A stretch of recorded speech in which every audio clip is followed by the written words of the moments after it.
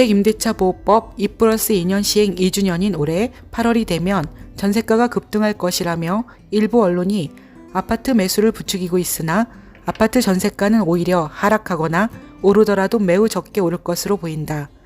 일부 언론사가 전세가 급등을 주장하는 근거는 서울 및 수도권의 아파트 공급이 여전히 미진하고 2년 전 전세가 5% 증액에 그쳤던 계약갱신 청구권 사용 물량이 시중에 나오면서 현 시세에 맞춰 전세가가 대폭 오를 것이라는 것이다.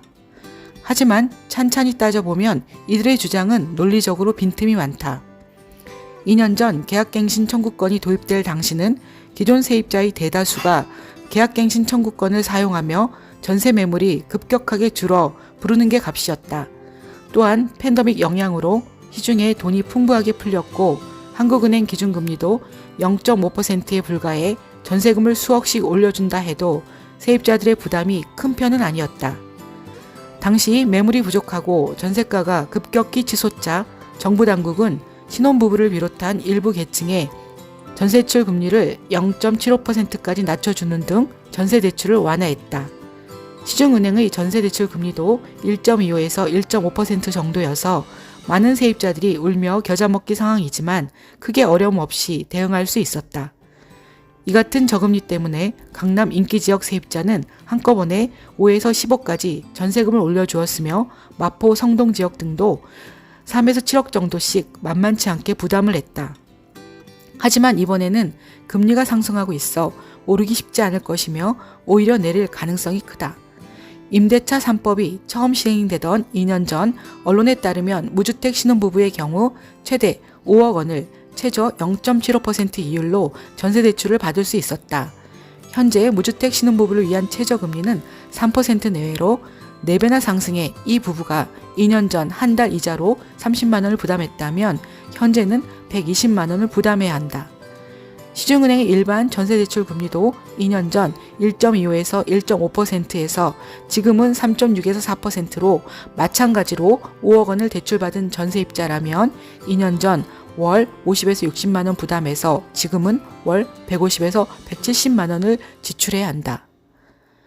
계약갱신 청구권이 도입된 2년 전에는 워낙 전세 물량이 적어 집주인이 전세를 처음 시장에 내놓으며 턱없이 오른 가격을 제시하더라도 이자 부담이 적어 대응이 가능했으나 이제는 지금처럼 많은 액수의 이자 부담을 하며 전세대출을 이용하기란 쉽지가 않다.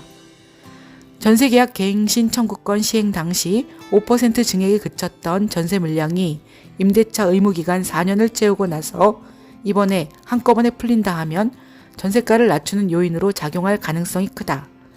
수만 가구에 달하는 아파트 전세 물량을 현재의 높은 전세 가격에 맞춰줄 신규 세입자가 많지 않을 것이기 때문이다.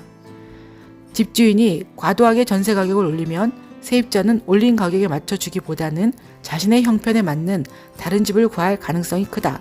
1980년대 고금리 시대에나 2010년대 이명박 정부의 금리 상승기에도 이 같은 현상은 어김없이 나타나 임차인은 자녀 교육 등 특별 사유가 없는 한 거주비용 부담과 생활수준 저하 중 거주비용을 포기하고 외곽으로 나가는 스프롤 현상에 가담했다.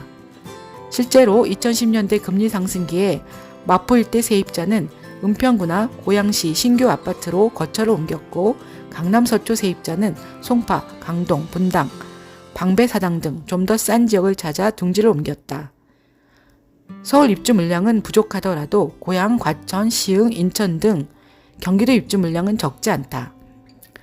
윤석열 정부의 다주택 양도세 중과 1년 유예 조치와 1주택자 거주 의무 폐지도 시장의 전세 매물을 증가시킬 것이다. 중과 유예 조치에 따른 절세 매물이 상당히 낮은 금매로 나올 경우 일부 갭 투자는 이를 다시 전세로 내놓기 때문에 매물을 증가시킬 것이다. 1주택자의 거주 의무에 의한 폐지는 투자 따로, 거주 따로를 가능케 하기 때문에 전세 매물을 증가시킬 것으로 어렵지 않게 짐작할 수 있다. 1주택자 거주 의무에 의한 폐지는 중소도시보다는 대도시, 수도권보다는 서울, 서울 외곽보다는 강남 서초 등 강남권과 용산, 마포, 성동 등 인기 지역의 전세 매물을 증가시킬 가능성이 크다. 다주택자에 대한 규제는 여전하되 1주택자에 대한 거주의 자유는 보장하는 이번 조치로 아무리 정부가 유동성을 회수한다 해도 완벽한 회수가 어렵기 때문에 과거에 비해 늘어난 유동성은 한강변 재건축 아파트와 용산의 재개발 가능 지역, 여의도 일대를 비롯한 10년 내 개발 완성 지역에 집중될 것으로 어렵지 않게 짐작할 수 있다.